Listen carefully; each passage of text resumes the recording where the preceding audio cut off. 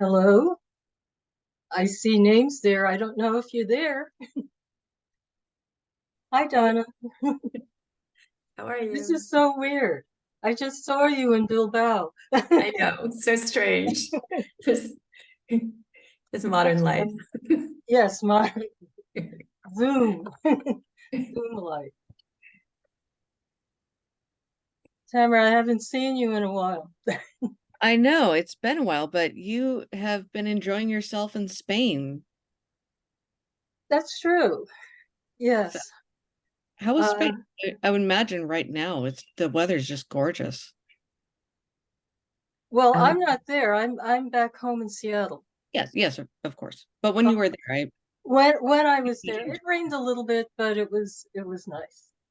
And I a was lot of the also things we did were inside, like the Guggenheim at the Bilbao in Bilbao. And when we were outside in San Sebastian, that was the most beautiful city. It was really lovely. oh, it's I'm so gorgeous. jealous. Yeah. And Donna, my name is Tamara, and it's so nice to meet you. I've been enjoying this poem for it, or I think it's a poem, but we It can get into is. that when people come. Yeah, it's interesting because, I was going to say a little bit about the structure because it's used a lot in poetry and I think in essays, but not so much in fiction. And I'm a fiction writer, basically, although sometimes I write personal essays. So, yeah. Yeah, I'm going to be coming at this completely from a poetry standpoint because I am a poet and I publish poetry on Bainbridge. And so when I read it, it's like it didn't occur to me that it was fiction. I'm just like, oh, of course. So Oh, let's that's so interesting. Yeah. Wow. Long poem. Huh? To be kind of like a prose poem, like each episode was that way.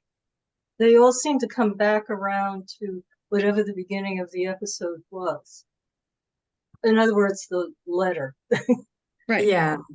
Yeah, I mean, I took it as an acrostic poem in the form of a Yes. lyrical essay.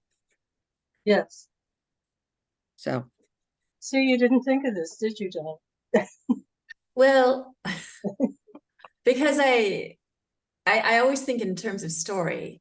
So narrative is what's key for me. And I think that, there's so much I don't understand about poetry, although I have a lot of friends who are poets and I read their work and enjoy it. But I think that there's something that's missing in my background in terms of really connecting with poetry. Um, no, that makes a lot of sense. And I knew that the instant you said that you focused on the story. And the reason why is because I'm in a group right now, and it's just, there's a professor that I had, and she's like, I miss some of my students in particular. And so she gathered us all together, and we're doing a book in a year. And so we're trying to write a novel, and it's like, I'm getting through it. I'm like, 200 pages in, and it's like, I'm having fun, but I'm enjoying it. But the problem is that every time um the classmates are reading my work, they're like, this is gorgeous. It is so beautiful. You don't have a plot, but it's so pretty. And that's the problem that I had in when I was getting my thesis was I couldn't find a thesis with poetry at all, which is kind of frustrating. And but it is what it is. And so I have my thesis is in short stories and beautiful short stories. But when I gave them to all of my advisors, and they're like, you have a very thin plot. And fortunately, there was one person, and she's just like, oh, it's like she didn't know me at all. And she's like, oh, you're a poet. I already know. And I'm like, how do you know? And she's like, all of my poet friends have this problem is when they approach fiction, they're approaching it from the language and what it looks like and how it feels and the emotion and all of that. She's like, it's just that's coming naturally from you, and you will struggle with plot and story for the rest of your life. And so Like when you're just like, yeah, I come out from story, I was like, oh yeah, that's fiction. Okay, that makes more sense. Yeah, You're but not- even fiction writers struggle with plot, I think, and story, and especially in in terms of writing a novel, I think it's a bigger challenge. So yeah, it's not just poets who might struggle with plot. Well, that's a relief. And what is plot? I have this, he's not here, but yet, but I have this conversation with Chuck all the time. He has an idea of a more traditional type plot. And I think that a plot can be anything that carries the story along. And I don't really call it a story. It's a fiction. And that's what I see here.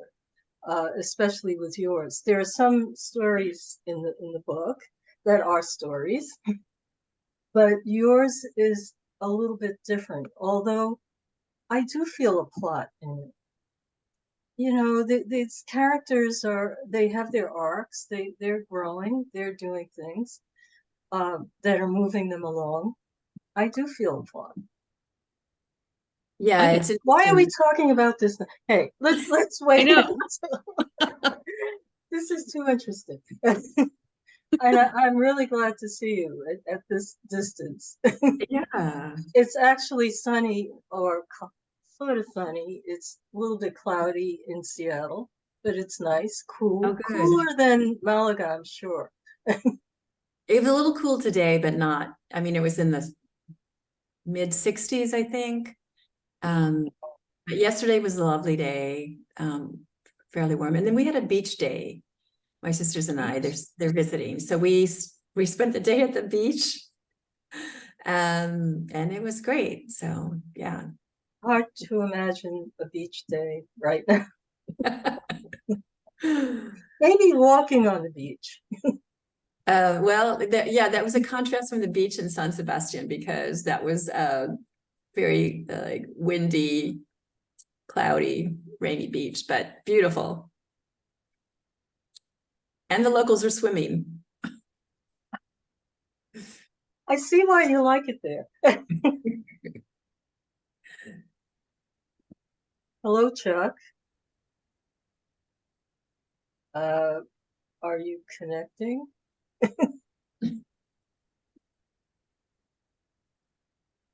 Maybe.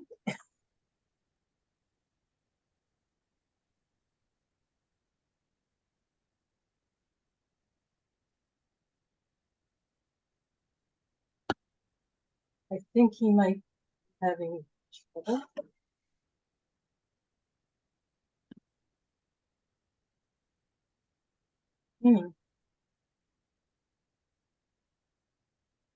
Well, he's here. It'll come along. Yeah. Do you know if this was promoted at all? I'm just curious to know if you have any idea of how many people might have registered. Well, there was 2, and I asked Diane to send an email to everyone. But I don't know. I didn't see anyone that was super involved, and Okay. it kind of, with the Rainier Club, when I did events, like there was definitely ups and downs, and there were sometimes when people were very invested, and then there was times in literary where just no one would show up, and for no reason. It was just up and down. So Okay. Well, in this case, we have the recording, so anyone can watch it. yeah, that is what I'm banking on. Yeah. And I think, unfortunately, now that people know that there is a recording, that they can watch it anytime, that might be what they're doing. It could be.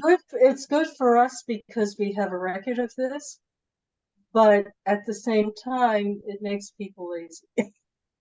It does. And man, I mean, trying to fight against apathy is part of leadership. And I haven't really found the magic wand for that one. But that's been a phrase that I've used for for quite a few years. So Oh. it is what it is. You Yeah. know, actually, there was something that I was going to mention. There was oh, I don't have the poetry book up here. I think, do I do. There was a poet that was speaking on Bainbridge Island. She was actually just passing through, and her name is Victoria Adwai Bully, Adukwe, and she it just amazing poetry. But her family was from Ghana, and then they moved to London, and so she's working on her PhD thesis right now, and this is the creative aspect of it. And it was so interesting because she was talking about what we were discussing briefly about Clarence, the last one. Which we have to reschedule. Yeah, we do have Clarence Major, but who, of course, you know. Anyways, it just sounded like her poetry was along the same narrative and the same discussion of what we were discussing then. And so I told her that there was a recording, and she was so excited to be able to watch it. And so I haven't sent it to her yet, but she gave me her email address, and it was just there are people that are so interested in the discussion through this book that Yeah. I'm really glad. I'll say it every single week. It's like, I'm so glad that we have this. So I am too. You know, I put the book together. I edited the book, but I have to say these conversations have really helped me understand what the stories are. I had my own view of them, obviously, when I edited the book, but listening to the writers has been really great, and just hearing. Yes, also different. Hello, Chuck. Hello. I can't hear you. Oh, I'm not muted. Nope, I can hear him. No, now I can hear you. I can hear you. Okay, let me turn this up. Oh, there Hello, you go. Donna. Hello, how are you? Didn't you and Sharyn just see each other Oh, yeah, but you recently? know, it was a lot of fun. Great time. Yeah. Good. I heard good. So where did I miss? I had a little trouble signing on. But Right. Well, we were just talking, waiting to see if two other people might show up. And if they don't, that's okay too, because we will have the recording and they can watch it. I just to go back to what Tamarah was saying, I wasn't aware that there's a recording that you did last time. So I'd like to see it too, to see what went on, so that when we do reschedule that one, you know, maybe it's something in that we can go over. Actually, I didn't think about that, but there is. I wasn't aware of. Huh. Yeah, I wonder what we could do with that. Chuck, Okay. you look enlightened, like the light is shining. There's a halo. Yes, there really is. no. You're just going to have to deal with it.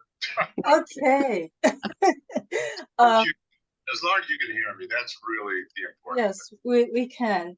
And oh, Ava's okay, good. Oh, hello, Ava. Oh, she's been away for months now. Oh, really? Yeah, well, I mean, she can speak for herself when she's on, but she was in China for over a month. So hello, Ava. It's so nice to see you again. Hello, Tamarah, everybody. Hello. Well, I think that unless Diane shows up, this is probably going to be the bulk of the conversation. Okay, that's fine. So we can get started, and we can add about 5 minutes to it, because this is where we're starting. Mhm. Okay, just to introduce Donna Miscolta a bit. And I think that if you saw the announcement, you know something about her, but I'll just go over it again. Donna Miscolta's third book of fiction, Living Color, Angie Rubio stories. And I think I have it here. Was named to the 2020 Latino Books of the Year list by Las Comadres and Friends National Latino Book Club. It won the Next Generation Indie Book Award for Multicultural Fiction and an International Latino Book Award for Best Collection of Short Stories. Her story collection, Hola and Goodbye, Una Familia and Stories, winner of the Doris Backwin Award for Writing by a Woman, won a 2017 Independent Publishers Award for Best Regional Fiction and an International Latino Book Award for Best Latino-Focused Fiction. She's also the author of the novel When the De La Cruz Family Danced. Her work has also appeared in literary journals and anthologies, including What's Next. Donna was raised in National City, California, and lived in Seattle, where she worked in local government for 30 years. This year, she moved to Malaga, Spain, where she is now. Donna, would you like to talk about your story? Sure. Thank you, Sharyn, for including my story in the anthology. First of all, I want to say that I'm primarily a fiction writer and sometimes write personal essays, and that this form of the story that I use, I think, is used primarily by poets, the abecedarian structure, where the structure follows the alphabet. And I was impressed by the use of the structure by Marianne Villanueva, who is a fiction writer. And her piece appeared a couple of years ago, I think, in the Jellyfish Review, and it's called A Prayer Answered. And it was just such a lovely treatment of I guess I would call it a story, although maybe it's a poem. I don't know. But I decided I wanted to try that form. And I started a story using that form, and I almost immediately abandoned it. It didn't seem to be working. It didn't seem to be coming. But when Sharyn invited me to submit a story for the anthology, I decided to go back to that barely begun draft and give it another try. And I remember writing it over several evenings during, it must have been summer, because I was doing it on the rooftop terrace of our apartment building in Seattle. And I think it felt methodical, but not contrived, because I think as I was approaching each letter of the alphabet, something would suggest itself to me on this, between this mother and daughter. And so even though it's not a traditional structure in terms of the narrative, I was still hoping that there was still some sort of cohesiveness despite the sort of inherent fragmentation suggested by the form. So, and I think that, as Sharyn suggested when talking about these stories, that though she was the editor, there are some things that were new to her when authors came on to talk about their story. And I think that's the same thing in this case, because I think we as writers sort of offer up this piece to the reader, who will bring their own personal experience to the story. And I mean, that's basically what I think we hope for as writers, so that the reader engages with what we create, and sort of with their own perspective, like there could be some other sort of additional element of creation when they read the story. So anyway. Okay, so you have the form, you have the alphabet. How does that work with the content that you put in it? Well, I think the idea, the story, or the the situation, I think, is something that had been on my mind. Mother-daughter relationships are something that sort of fascinate me. I'm a daughter and I'm a mother to two daughters. And I think that those relationships, I think any relationship has its challenges. And for me, being a mother was certainly a challenge. I mean, I don't think we come wired or prepared necessarily to become parents. I think most of us don't. I think some of us are more deliberate, I think, in how we approach parenting, or even before we become parents, we're thinking about how we're going to parent, how we're going to manage these little human beings.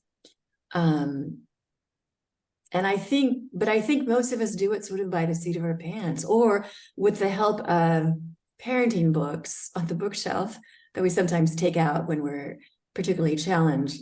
So I think I had that situation in my mind about what I wanted to write about, what I wanted to convey, the conflicts, the miscommunications, the misdirected responses, the acceptance of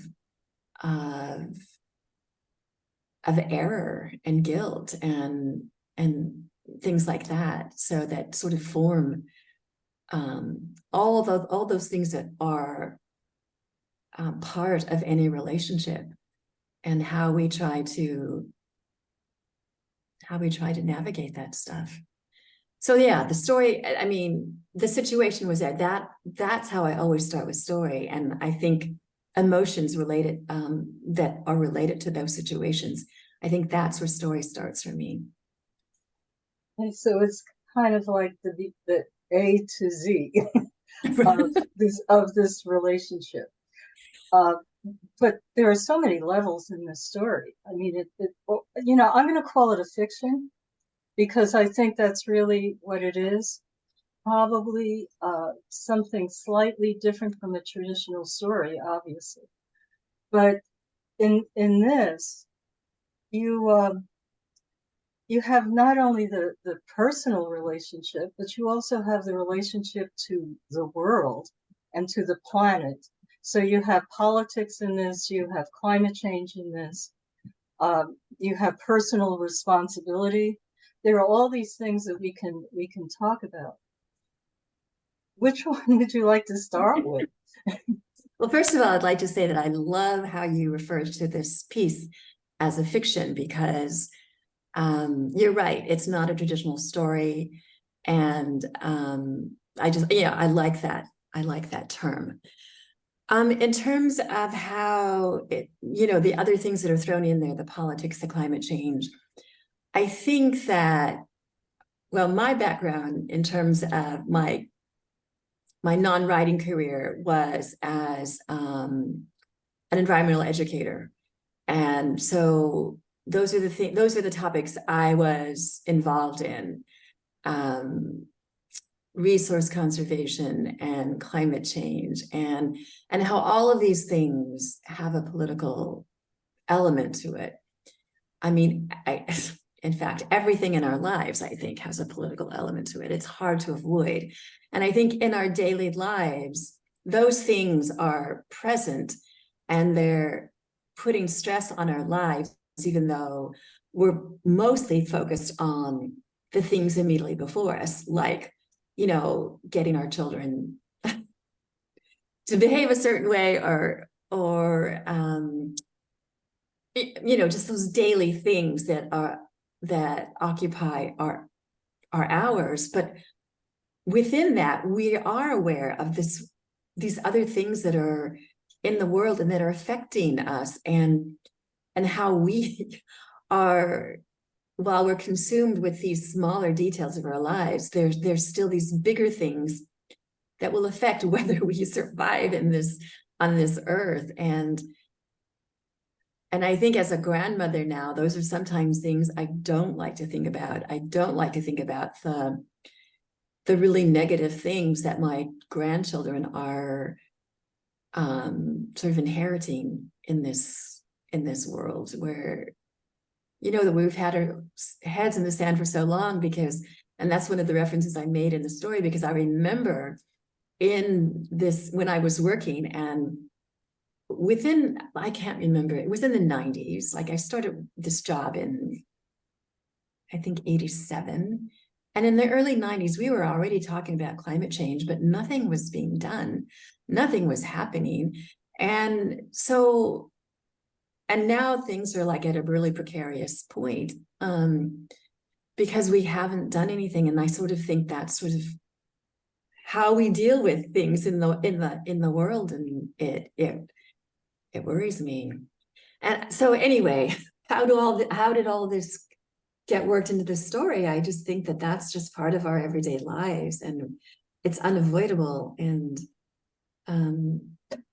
yeah, I don't know what else to say. Well, one of the things you bring up, and that I've noticed throughout this story, is change. That change happens, and it can't be avoided, just as you're saying. I find that a little bit interesting with the characters, because the female characters are changing. The male character who is in this, why are you smiling? The male character who is in this doesn't seem to change at all. He doesn't seem to understand the world around him in a way. He sits there reading his newspaper. How does that work? It looked to me as if you were showing, and I think there's some place where you mention it, that some people just aren't attuned to the change that's actually happening around them. And is that the father? Right. So Okay.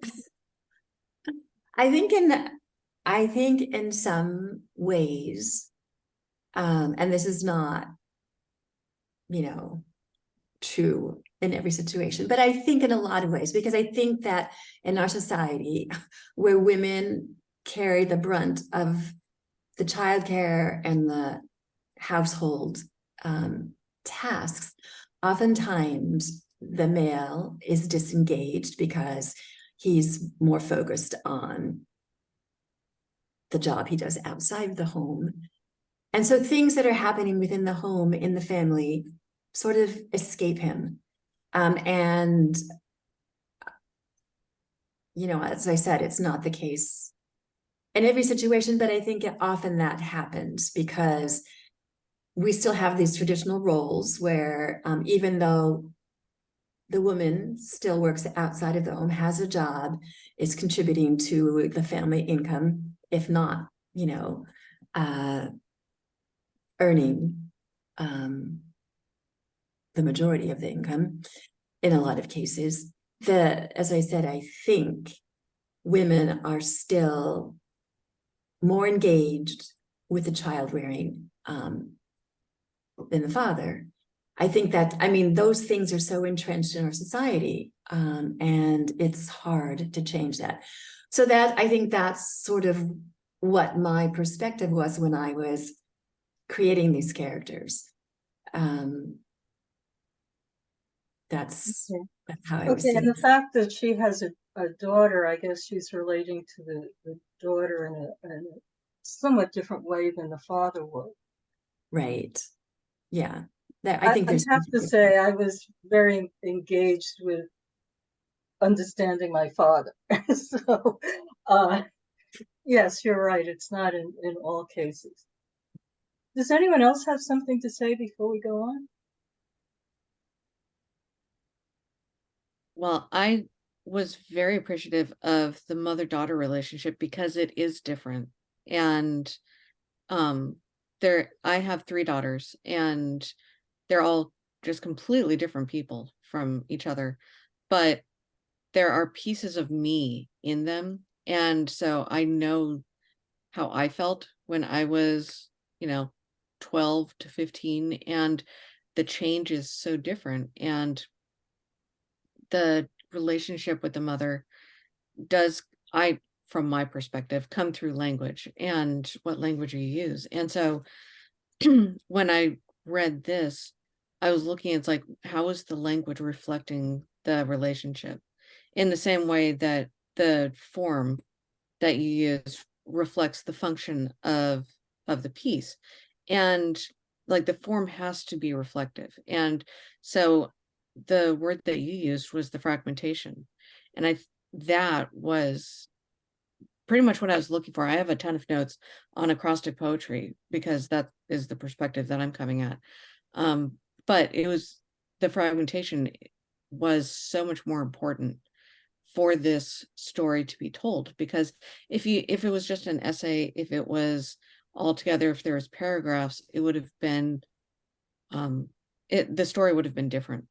And so this is taking it one by one and step by step, and that also is the way that you handle relationships in general.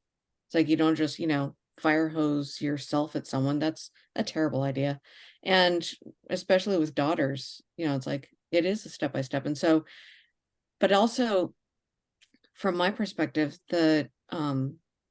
so you said aspidarian and I said acrostic, and you're right, but aspidarian is so much more difficult to pronounce.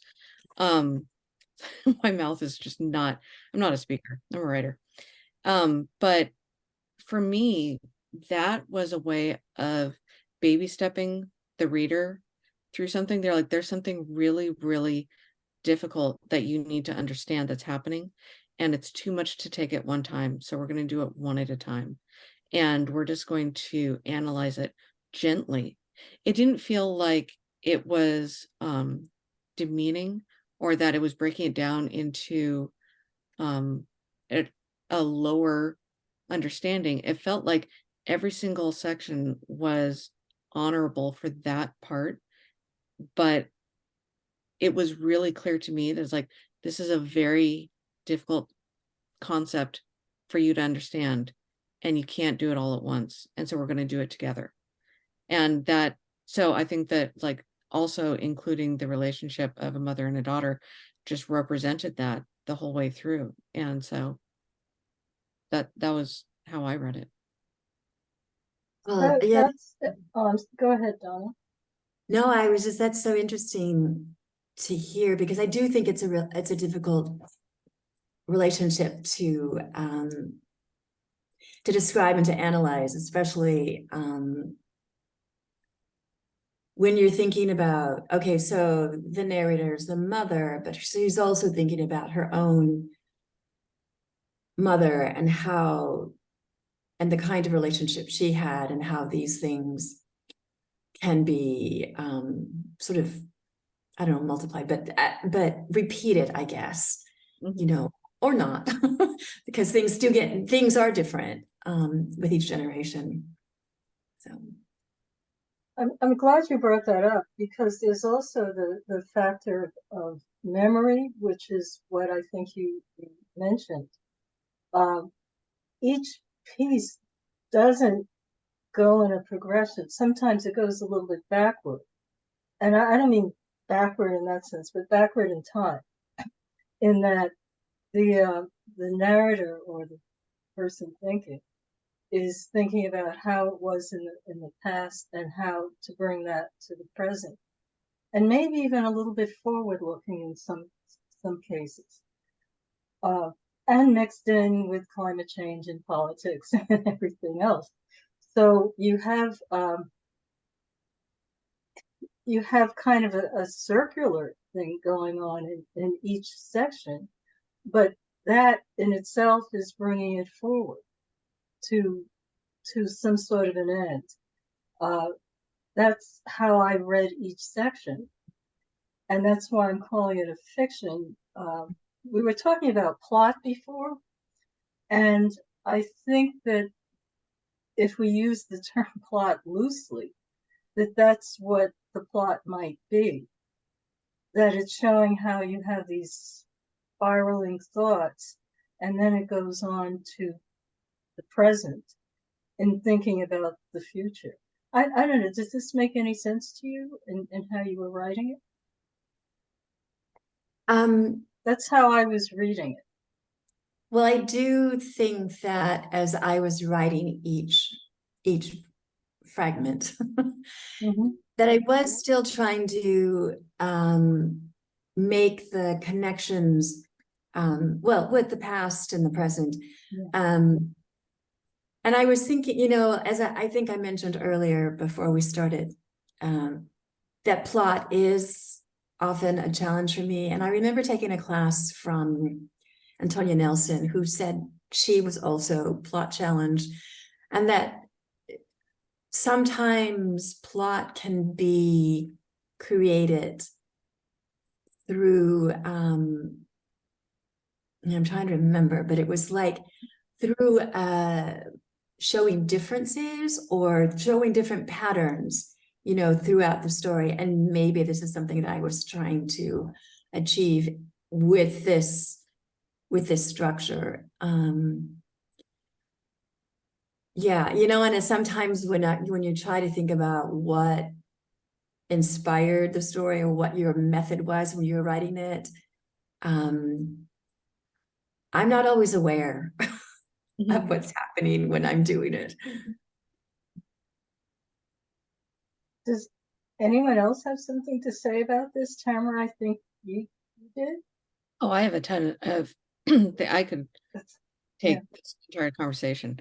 But I love the analysis of this because it was just allowing itself to be different and allowing itself to challenge the reader. And that is so important for just literature and just, you know, pushing the narrative in a million different ways.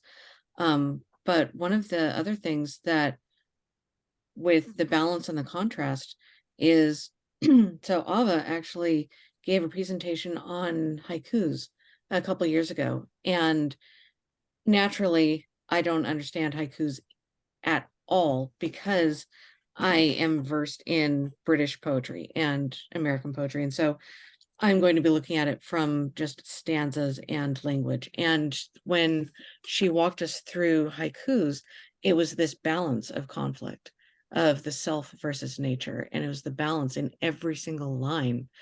And so when I was reading this as well, it looked like that balance of this was a tradition of language that we use to show this is what we're doing over here. This is the self. This is what we're wrestling with. And then there's nature, which is so much bigger than us and will outlive us. And yet it reflects who we are. And so it was just every single one was that really delicate balance between the two. Could probably get some. Well, it is, and that's why I'd like to go a little bit more into some of those other ideas that you bring up.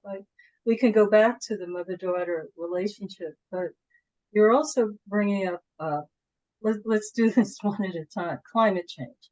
How does that work in the story? How you have a lot to say about it in the story, and I'd like to hear from you as to what the view is and how that relates directly to these characters, if you can. Well, I mean, I think I mentioned, I'd like to see, there is that reference to the head in the sand. And I, you know, when I'm trying to remember when the father's reading the newspaper, and sort of not engaging with what's happening with the mother and daughter. And I think that's sort of what's been happening over the last 30, 40 years. And that, you know, the things that have been happening, I think I also made reference to Chernobyl. Yes. You know, so these things that we use, you know, to support this big world. I mean, this, you know, all the people on this planet. And that when we're not careful enough with what we're doing, and how, what are the what are the perils that are associated with these things when we're not careful? Because I remember, and I guess I should say that some of these incidents that are put in the story are things that happened to me, because I remember when I was pregnant with my first daughter and Chernobyl happened, and there was all that talk about the Chernobyl cloud passing over the Pacific Northwest, and how I was pregnant and I was like gonna, introduce this new life into the world and into a world that was full of perils, and that we weren't even being meticulous with, in terms of how we care for it with the technology and stuff. So those are the things that worry me, or the things that are on my mind, or these things that pop up in the story, is how do we expect to keep growing, as a species, when we're not taking care of the planet that we're living on? And this technology that has brought us to this point, where is it leading us? And and I think about that part in the story where the daughter and mother are looking at the meteor shower, and this wonderful, magical thing that happens in this world, and how we can be so transfixed and so awestruck by this world that we live in, and yet at the same time we're just not doing enough to preserve it. There's something in that. I just want to ask you, there's something in that, and I think you mentioned it, this question of guilt for it, and also a kind of climate grief, which comes from that. And you were not responsible for Chernobyl, so this is something that you had to deal with personally, but you were not responsible for it. That Right. really puts us in a strange place, doesn't it? Because there's so much going on. I mean, we can do our recycling, we can, sort out papers and all that stuff. But there's another level to it that we just can't control, that is personally controlled, because we are not in that country, or some mechanical thing goes wrong, or whatever it is that we just can't control. This seems to be affecting these characters and you, because you're not responsible for what happened in Chernobyl.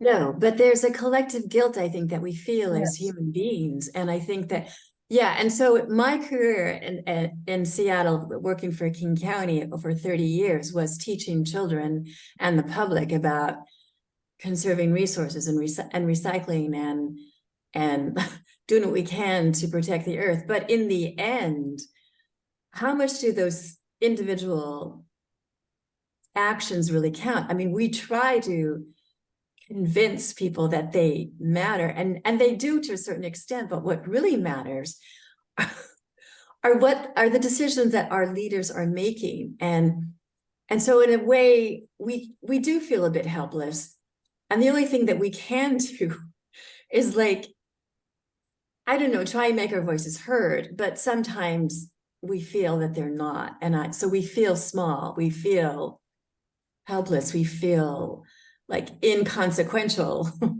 in this big world that is starting to, that is falling apart, that we're losing. And so that's scary. I mean, I just feel that it's in the hands of a few people, who are in control of these big decisions. That's part that definitely comes through with this character, and it seems to be part of,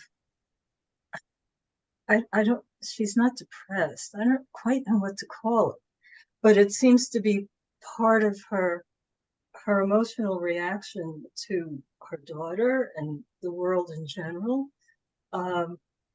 You know, that some things are just out of her control, like raising her daughter. She knows how she wants to raise her daughter. She has certain rules that she's made up, either by reading a book or from her mother or wherever it came from. But her daughter's going to be her daughter. She's going to be herself. So there's this lack of control there. And there's also a lack of control as to what's going on in this larger world. I'm going to go back to that, but I also want to bring up the politics that you bring up in this.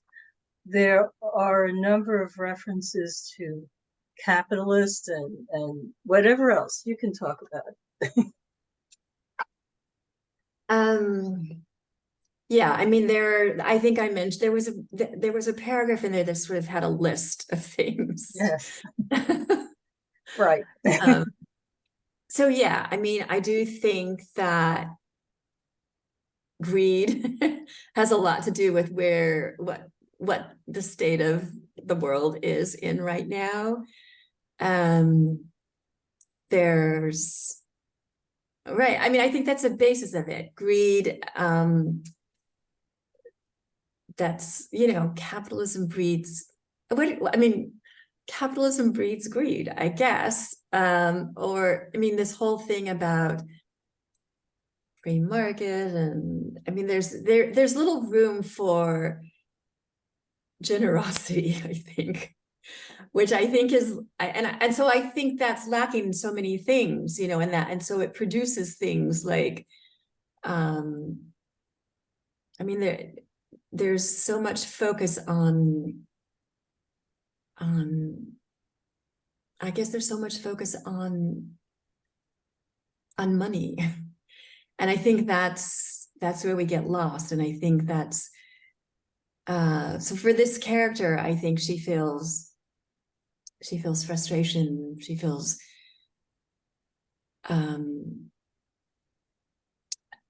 helplessness. And I think the fact that, as you mentioned, Sharyn, she's her own that her daughter is her own person. So the mother has no control over how who her daughter is. I mean, what she can do is try to guide her daughter, but her daughter's going to be who she is, as you said. And so, and I think, you know, in terms of the decisions that that we can make, the things that we have control over, sometimes we don't really have control over them. And so it kind of makes us feel all the more small and insignificant. And like, what are we doing here? What's our role here? And I think that we learn these things as we go through these situations that frustrate us, and we can't have the outcome that we would like to have, the outcome that we think is the correct outcome. It's all a mess. It's like, it is a mess. And I agree with you. I don't know if capitalism is the only system that has greed in it. We're seeing in the news every day about how other systems, dictatorships and socialist organizations and whatever, they all have their level of greed. And I'm just wondering if that's, I mean, it might be more with straight capitalism, not, you know, to some degree, but I don't know if greed just isn't one of those unfortunate human, you get it, right, human qualities. Right. I totally agree with that. But I also think that, like, there's no perfect system, right? And I think that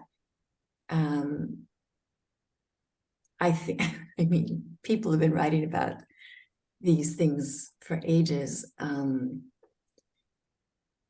But in terms of, and I think for this character, I think what she's seen in the world, I mean, from her perspective, And I think it even like shows in the Barbie dolls segment where Barbie is everything. Barbie has she's cornered the market on, you know, dolls and how what what girls can aspire to.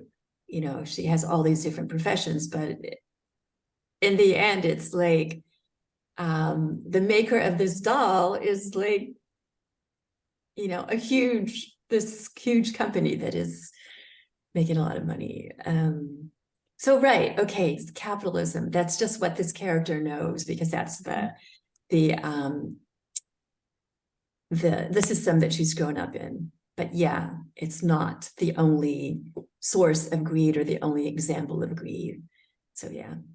Yeah, well, Barbie, I'm glad I never had one. As you as you say, it's no matter what her profession is, she's still wearing those stilettos. So, you know, you can't get away from that because that's the image that generations of young girls grew up with. And in this case, it seems that you're playing against that. You know, the mother is trying to have her daughter become something else. And the daughter wants to become something else. But she doesn't quite. Does she get to it? Maybe I should ask you that. I don't feel that she becomes what she really wants to become, or if she knows what she wants to become. You mean the daughter? Yes. You know, I think that it takes a while for someone to know what she wants to become. And so, you know, children, teenagers, young adults, they're all still struggling with that. And to complicate that struggle is the parents trying to, you know, trying to guide or trying to engage in some way to discourage or to encourage. And well, it's the child's own struggle to figure out, you know. And but sometimes, you know, like in this story,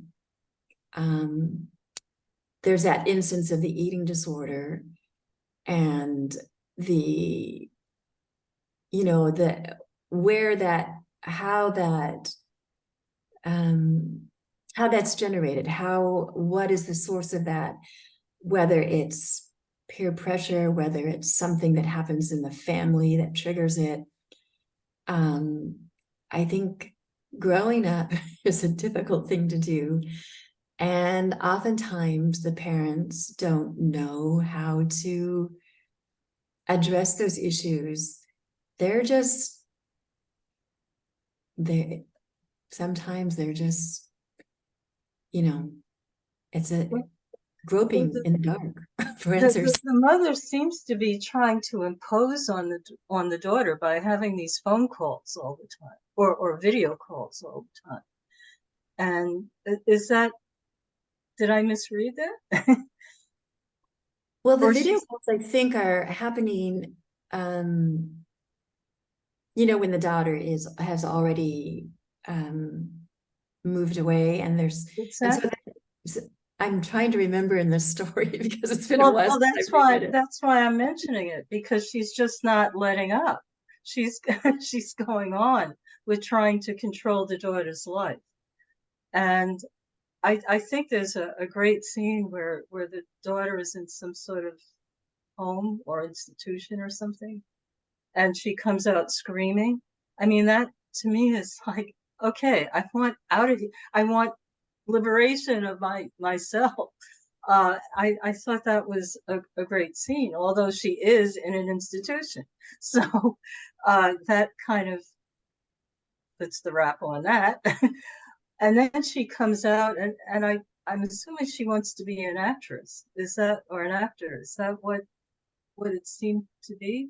Like she's serving tables or something? And do you There, remember?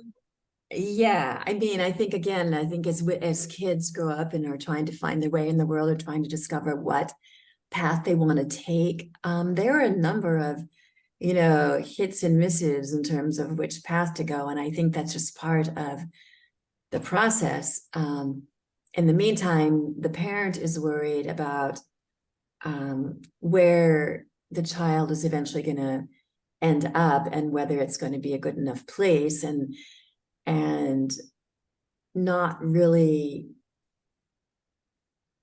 I think sometimes it's hard to separate or to allow the child to make those decisions, to take those paths without interference. I think With Yeah. all these other forces, climate change, economics, and everything else going I on. know. How do you navigate your life when the Right. world is falling apart? So I'd like to hear from other people. Anyone else have something to say? Chuck? I raised my hand 4 minutes ago. I was going to say something about Black, and maybe the structure of how the story strikes me as being more of a meditation than a story. But I had my hand up, and you all seem to be doing pretty good. I'm the only, I guess, XY chromosome person in the room. And so I have thoughts, obviously, about fathers and sons, which I have written quite a bit about, being a father, being a grandfather. But I think you kind of like XX, let people did a good job. So I just listened to you. You had a lively conversation. You had mentioned, Chuck, you had mentioned the structure. Is there something else you would want to say about it? Why is it a meditation? Well, it's more of a meditation on moments and experience. You know how we define plot. It is difficult, right? I've written about the subject. Plot is the writer's equivalent to the philosopher's argument. You're saying something with plot, right? You're saying this is how the world works. But I just want to let you guys kind of did a really great job talking about it. But I do have one question that I found troubling. Donna, do you think everything is political? I think a lot of things are political. Yes. Yes. Is the, oh yeah, go on. Well, I'm trying to think of from my perspective, yes, as a person who walks in the world with this color skin, I think people see me a certain way and respond to me a certain way, may have certain preconceived notions about me, may have certain expectations of me, and may be surprised when they learn something about me because of what they might have thought about, based on their own experiences, in terms of race and Question. Yeah, is that a political question or an enlightenment question? But they're I'm just sorry. not. Is it an enlightenment question, or is it a political question? Enlightenment on the part of, okay, so yeah, not judging others on a superficial basis, on the basis of race, class, gender, whatever. I mean, that's an enlightenment issue. Yes or no? Is it a political issue? it can be, I guess. It can be. I'm just trying to think of some specific thing that might have happened to me recently that made me sort of made me think that this was the case. But I think that I certainly think that a lot of issues that we deal with today, like even climate change, is a political issue.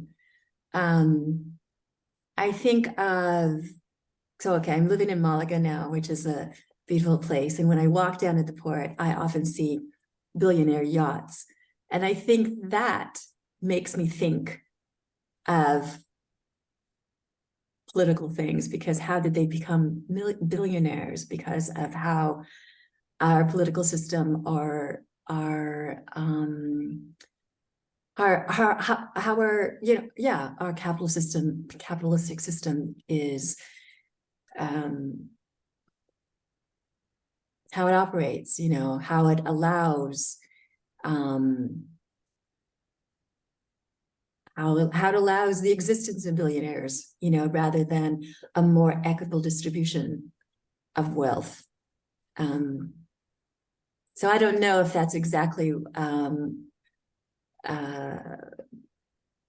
what you're thinking in terms of whether everything is political or most things are political, but I mean, that's how I think, whether it's true or not. I mean, I always feel like there's something underlying an issue that I think is subject to some is subject to politics, I think. So I just want to say just about the stories in the anthology. I mean, that could be, let's say that someone knows your work as a Latina, okay? And they come to this story thinking that that's what they're going to find. As you said, they assume that. And then they find something else completely. Because you mentioned something about going to Mexico, but any of us can write that I'm going to Mexico, because we all do at some point. So,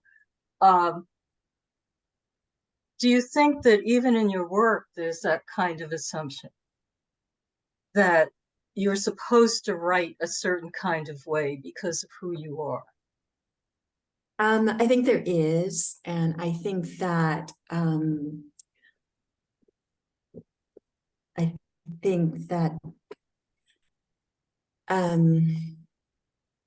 I think my work does reflect some of that, but not all the time, and not in the way, often not in the way that people might expect to read about it. Because of where I was raised and how I grew up, the parents I had, who very much wanted us to be Americans and not focus so much on race and heritage and things like that. I think that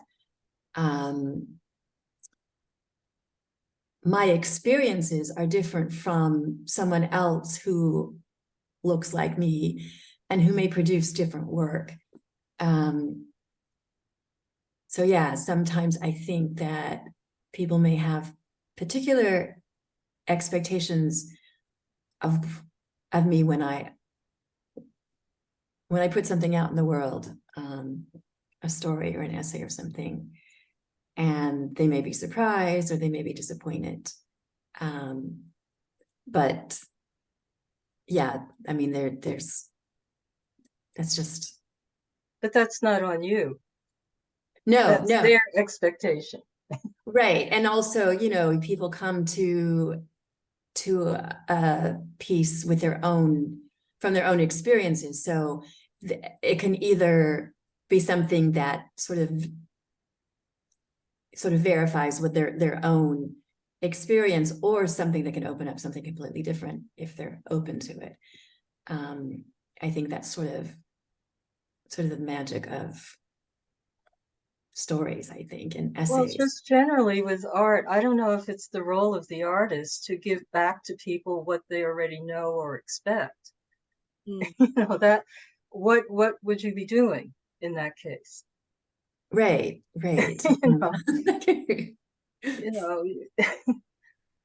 Maybe Andy Warhol did that. I don't know, with crafts, but right. I'm not sure.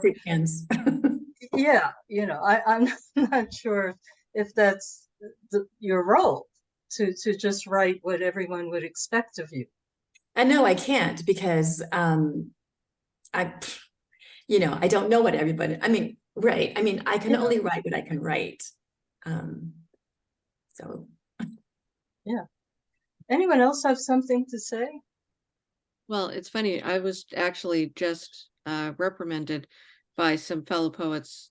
I was at a workshop in New Hampshire, and we were talking about, some of the work that we haven't been able to get to work, or like I had this idea and I was like, I worked on it for a few years, and I told them, like, when I presented it to small audiences, it sparked conversation, but was expecting it to spark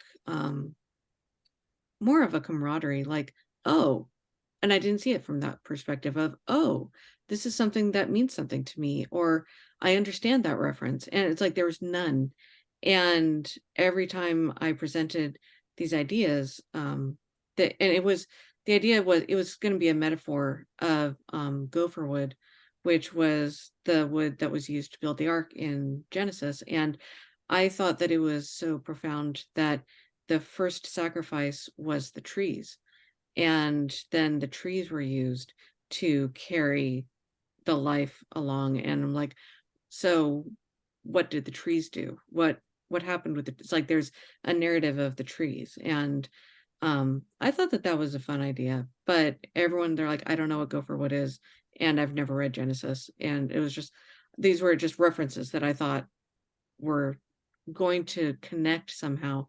And so I gave it up, because I didn't want to alienate my audience too much. And when I told that to the fellow writers, they completely lambasted me, and they said, you are the expert and you are educating. That's why you're writing.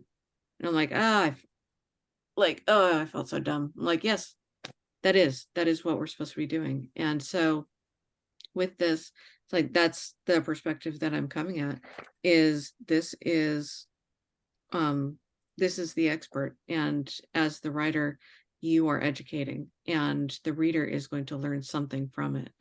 And that's the authority that authors have. So I thought that it was such a brilliant piece. There was only one other thing that I had. Where was it? I have so many notes. I always get so inspired by everyone. But there was, it was in terms of reality and delusion. So in so many areas in the story, you have this division between reality and the lie. A really good example would be when she suggests that the daughter see a therapist or to find help, and the father said, no, it's just a phase. And so you have the reality of there is a problem, and you have the lie of it's a phase. And where the story lies, or where it sits, is in the delusion between those two. And the delusion is the liminal space in between reality and lie. And I see that in so many other places. That it was under M for maybe, and there was all of the time that's used, the lost years. It's like all of these spaces of liminality it is part of the plot. I think that it carries the narrative until we get to the end, when it feels like, with Z for the zillions of uncountable stars in the sky yet to be wished upon, on one hand, that reflects the A, which is alone. Like, you are not with the stars. These are wishes. This is a liminal space of hope. But then it's the conflict of, you have alone at the beginning, which has no hope, and then at the end you end with hope. And that is where we leave the story, and that is what we are left with. There is conflict, and there is spaces of liminality and delusion, and there is back and forth, but at the end, that's where we are, is we're still wishing. And then you look back on all of the stories, and there is hope in every single one. That's the way I read it. That's a lovely observation, because I think that whether I intended it or not, I think that a lot of my stories end on that note. There's that hopefulness, because I think that that's how I want to believe as a human being, that there's hope for us as a species. And also I think because, you know, that push and pull of the relationship between the mother and daughter, that's part of what I think you describe as that liminal space, or that you know, between reality and the, I think you said delusion, but because I think that's also that's something that we're always struggling with, what we see as the issue and what is actually the issue, I think. Or yeah, I just think that we're not always, we're hoping that we see it for what it is, and often it's colored by some emotion that we're carrying, or some imperative that we have, that we're you know, this hope that we can make things better or righter or truer. I don't know, So we're but I seeing, love that. so we're seeing it from one perspective or one angle, which is, I think, what you're saying. We can only see it from where we are, whatever the hope is. I'm glad to see. Do you have anything you'd like to say? Well, I thought I had some questions, and then I heard comments or observations from Tamarah give me made me to understand Donna's book a little bit better now. The question I wanted to ask initially was, do you want to turn it around? I didn't read the book, to be honest, but I thought, okay, this is daughter and mother's relationship, a family relationship in the bigger environment where there's a social elements, political elements, and the climate changes and all that. When you turn it around, I guess I wanted to ask whether it is possible that the social environment, the political environment, the technology development, whether these elements can be somehow a positive impact to a family relationship. Is it possible at all? Or it's negative or impair your relationship, but in the end, kind of improve your relationship. Maybe it's a matter of how you perceive it, how you perceive the environment that you do not have control, but somehow it has positive impact. I don't know. I mean, writers are full of emotions, and especially in the family arena, I would never be brave enough to touch it. I think it's very intimate and very complex. And to put it out in words and especially share with your readers and the public, it takes courage. And that's a challenge that I still have not been able to take on yet. So when I listened to this presentation and the comments, and I thought I do have personal stories to write out, but I don't know how. And whether the environment you don't have control somehow bears some positive impact to your family relationship. All right, yeah, the whole thing about writing about family relationships, I think, is an interesting thing. And as I mentioned, maybe I didn't mention that I sometimes write personal essays, and those are topics that I feel that I can broach. When I can't, that's when I write fiction. So sort of, so that I'm creating these other characters to live these lives that I want to understand myself, because I think that's why we write, to sort of understand ourselves as human beings and the relationships that we have. And in terms of how, yes, I think technology can certainly have positive effects on how we live and how we relate to each other as human beings. But also I think it has its negative sides, especially when technology is sort of has a potential for getting out of reach of our sort of I'm trying to think of the word, but useful and just kinds of applications. And that's hard in a world where, well, I mean, everybody's always trying to create something, and through that creation, unless they're poets and artists trying to make money out of it or expecting to make money out of it. So I think, I mean, as to your question, whether technology can have positive effects on family and relationships, I think true, they can.